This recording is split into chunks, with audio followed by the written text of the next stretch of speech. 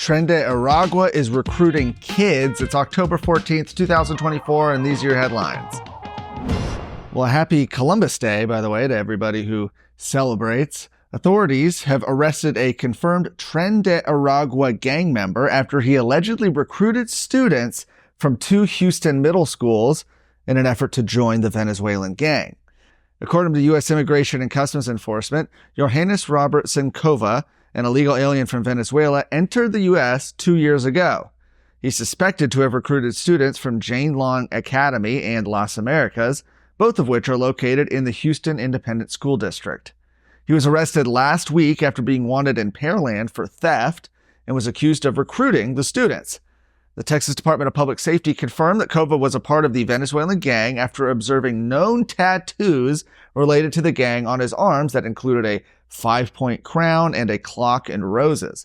Other known tattoos, by the way, include stars, AK-47s, and trains. A Houston ISD spokesperson told Texas Scorecard that they had not been made aware of any activities related to the gang member, but would work with law enforcement to provide any information needed.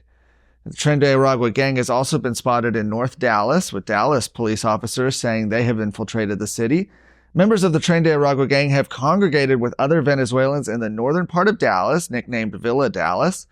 Since the gang's arrival, the neighborhood has become riddled with illegal street racing, beatings, shootings, and extortion attempts. Additionally, 2 weeks ago, law enforcement officials confirmed that a vacant San Antonio apartment complex had fallen under the control of the violent gang, which was using it as a base for criminal activity. Currently, Governor Abbott's Public Safety Office is offering a reward of up to $5,000 for information that leads to identifying and arresting known or suspected members of the Venezuelan gang who have been involved in criminal activity in Texas. The Republicans and Democrats don't agree on much, but in a rare tone of bipartisanship in Texas's largest city, both major political parties in Harris County have come out in opposition to Houston Independent School District's proposed $4.4 billion bond, which appears on the ballot this November. This bond is the largest of its kind in state history, is expected to cost as much as $8.8 billion once you factor in interest. The district says it will not lead to a tax increase, right? The Harris County Republican Party was the first to oppose the bond. They passed a resolution passed by SREC member Rolando Garcia in early September. Garcia's resolution focused heavily on the district's long and storied history of financial mismanagement and malfeasance, and a lack of community trust in the district to manage the bond programs without cost overruns or other issues. In late September, the Harris County Democrat Party proposed and passed its own resolution against the bond. Their reasoning is, of course, a little different. They called Superintendent Mike Miles' fiscal management disastrous and condemned the appointed Board of Trustees. Early voting begins next week.